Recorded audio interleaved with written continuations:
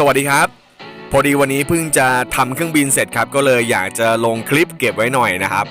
ลำนี้มีชื่อว่าพิราตุส PC6 ครับเป็นลำไม้ทั้งลำนะครับลำตัวเป็นไม้บันซ่า3มิลนะครับแล้วก็วางกระดูกงูและเสริมแข็งด้วยไม้พลายวูด3มิลนะครับค่อนข้างที่จะแข็งแรงมากๆนะครับลำนี้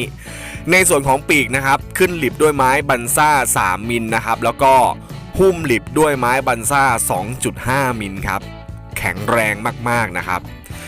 ลำนี้ปีกกลาง1เมตร30เซนติเมตรนะครับความกว้างปีกอยู่ที่21เซนติเมตรนะครับส่วนความยาวลำตัวนะครับอยู่ที่98เซนติเมตรครับผมลำนี้เป็นลำไม้ทั้งลำก็จริงนะครับแต่ว่าเป็นเครื่องบินไฟฟ้าครับผมไม่สามารถลงน้ำมันได้นะครับเพราะว่าไม่ได้สร้างมาเพื่อจะเป็นเครื่องบินน้ำมันนะครับลำนี้ใช้มอเตอร์ 1,400 kV ถึงมอเตอร์ 1,700 kV นะครับเบอร์ 2814 หรือเบอร์ 2815 นะครับส่วนแบตเตอรี่ที่ใช้เนี่ยใช้ได้ตั้งแต่3เซลล์ถึง4เซลล์นะครับถ้าเกินกว่านี้ก็คงจะไม่น่าจะไหวนะครับ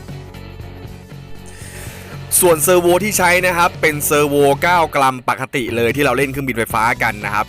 ก็จะแบ่งไปที่แอรอนฝั่งละตัวนะครับแล้วก็อิเลเวเตอร์กับลัดเดอร์อย่างละตัวเช่นกันนะครับ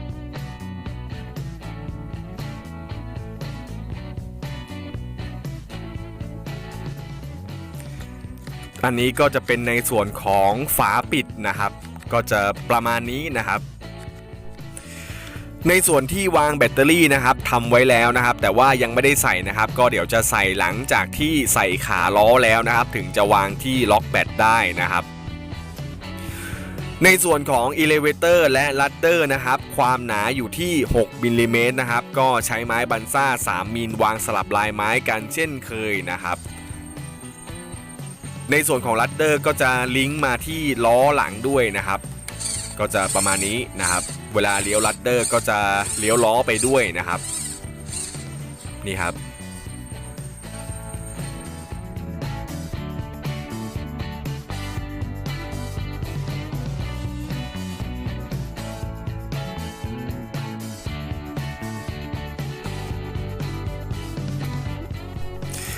ก็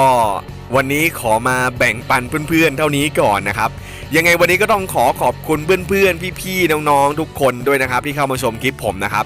ช่วงนี้โควิดระบาดหนักมากๆนะครับยังไงก็ต้องรักษาตัวกันด้วยนะครับอย่าไปในที่ที่คนแออัดมากนักนะครับอะไรที่ระวังได้ก็สมควรที่จะระวังอย่างหนักเลยนะครับจะได้มีชีวิตไว้เล่นเครื่องบินต่อไปนะครับขอบคุณนะครับที่เข้ามาชมคลิปผมนะครับเอาไว้เจอกันใหม่คลิปหน้านะครับเดี๋ยวหาอะไรมาทำเล่นเรื่อยๆนะครับไว้เจอกันใหม่ครับวันนี้เท่านี้ก่อนแล้วครับสวัสดีครับ